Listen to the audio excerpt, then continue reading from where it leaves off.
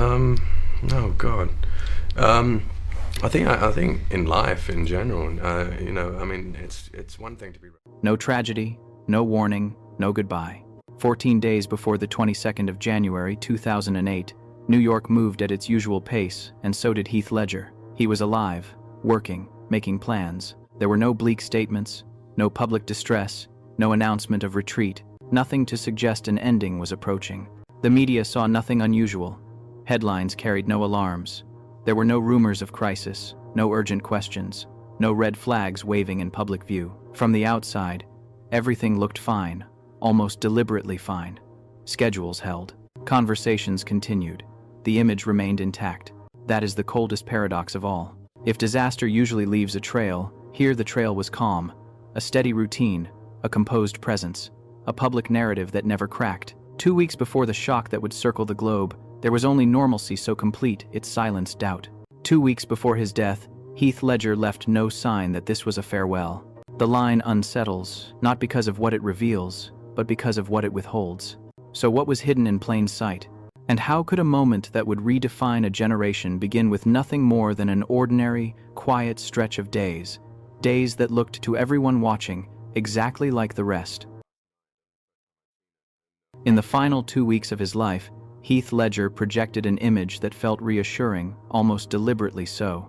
To the outside world, he appeared calm, organized, and forward-looking. There was no visible unraveling, no public instability, only continuity. He spoke about work, he spoke about momentum, he spoke about what was next. At the center of that narrative was his active involvement in the Imaginarium of Dr. Parnassus, a project he was deeply invested in. Filming was underway, schedules remained intact, no meetings were canceled, no obligations quietly erased. In every measurable way, he behaved like someone still moving forward, someone with time. Just as telling were the things that never appeared. There were no interviews framed around struggle, no confessions of exhaustion, no public acknowledgments of pressure or collapse, no goodbye statements, no reflective letters, no emotional summations of a career that might be ending.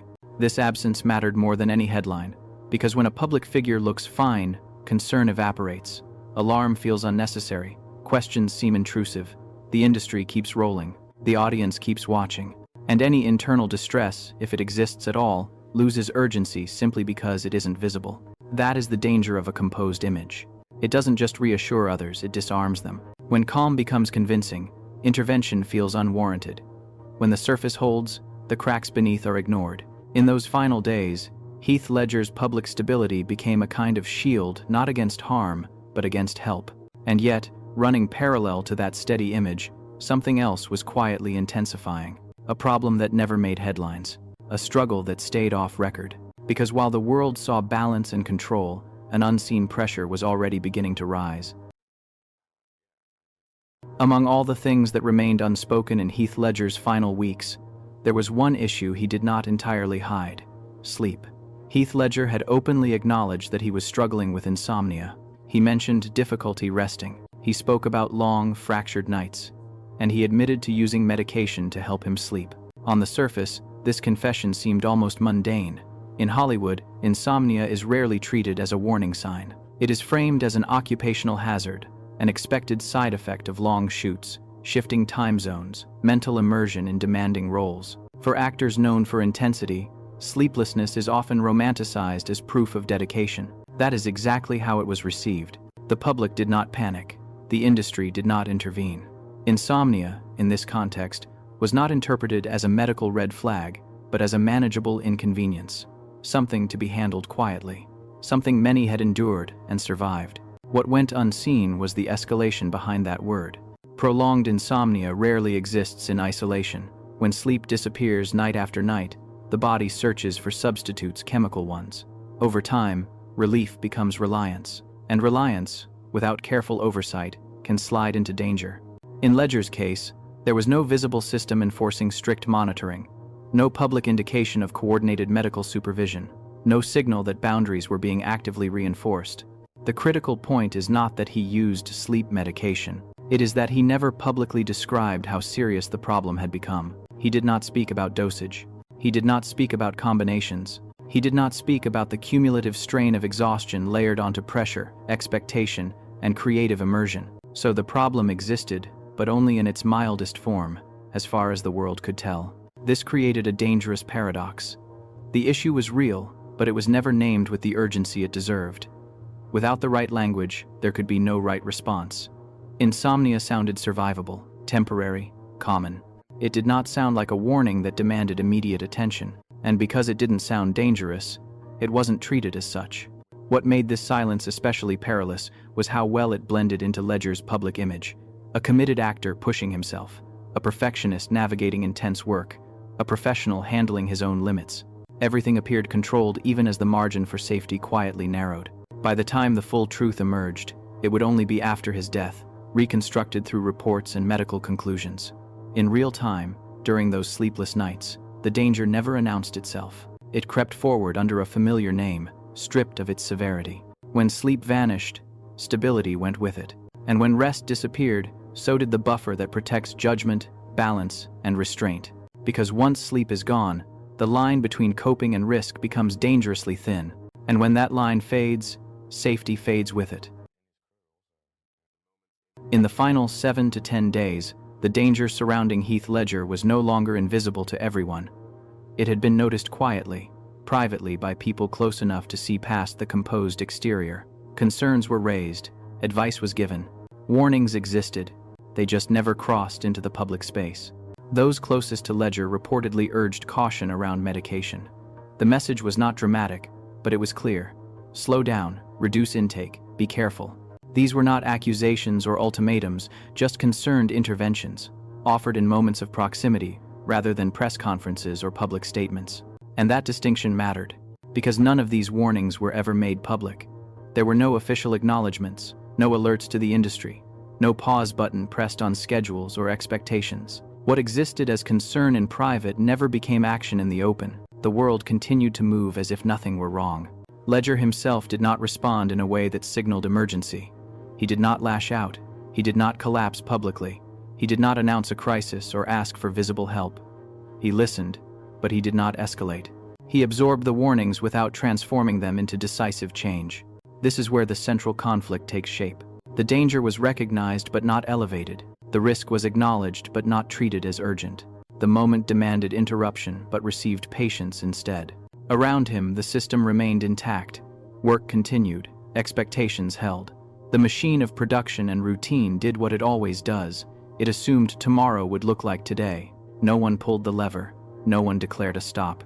And perhaps the most devastating assumption was this: there is still time. Time to rest later. Time to adjust tomorrow. Time to address it once the current stretch passes. That belief is often where tragedy quietly begins. Because when a crisis does not announce itself loudly, it is easy to postpone response. When someone appears functional, intervention feels premature. And when a warning stays private, it carries less force than it should. Ledger's final days were defined by this gap, the space between recognition and reaction. Concern existed, but it never reached the level of disruption. No decisive break occurred. No line was drawn. The routine absorbed the warning and kept going. In hindsight, that hesitation becomes unbearable to examine. Not because people did nothing, but because what they did was not enough, soon enough. The tragedy is not rooted in ignorance. It is rooted in delay. Sometimes, the most dangerous moment is not when no one sees the risk, but when everyone sees it and still believes there is time to wait.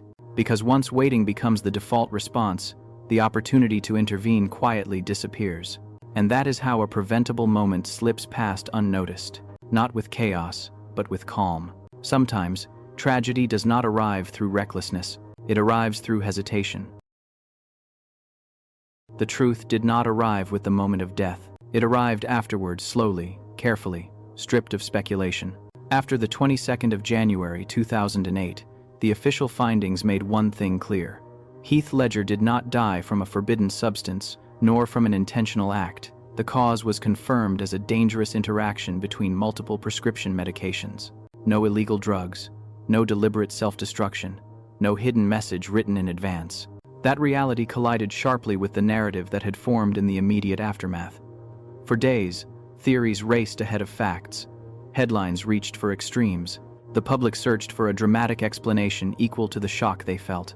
But the truth, when it finally emerged, was quieter and far more unsettling. because it meant there was no single reckless decision to blame, no clear villain, no moment that could be isolated and labeled as the mistake.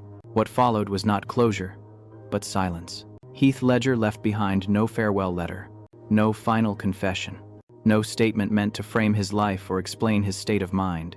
There was no last word to quote, no sentence that could be replayed for meaning. Instead, there was an absence, a silence so complete it forced the world to stop speaking for him, a gap where answers were expected, but none arrived. And in that gap, a larger question began to surface, one that extended far beyond a single life.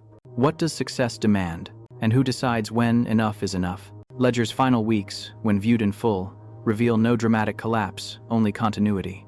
Work continued. Expectations held. The momentum of achievement did not pause to ask whether the cost had become too high. There was no moment where the system around him clearly said, "Stop," not because no one cared, but because stopping was never built into the structure. In that sense, the most haunting legacy of those 2 weeks is not what Heath Ledger did or did not do. It is what never happened around him. No formal interruption, no enforced rest, no clear permission to step away without consequence. And so the silence he left behind does not demand judgment. It demands reflection. It asks whether the greatest danger in his final days was not exhaustion, medication, or pressure alone, but the absence of a space where stopping was allowed, a culture where forward motion is praised, but withdrawal is misunderstood, where appearing fine can override the need for care. There is no conclusion that neatly resolves this story, no lesson that fits comfortably at the end. Only one question remains quiet, unresolved, and impossible to ignore. Was the most dangerous thing in Heath Ledger's final 2 weeks not what he did, but the fact that no one gave him permission to stop while he was still alive? And with that question, the story does not end. It falls silent,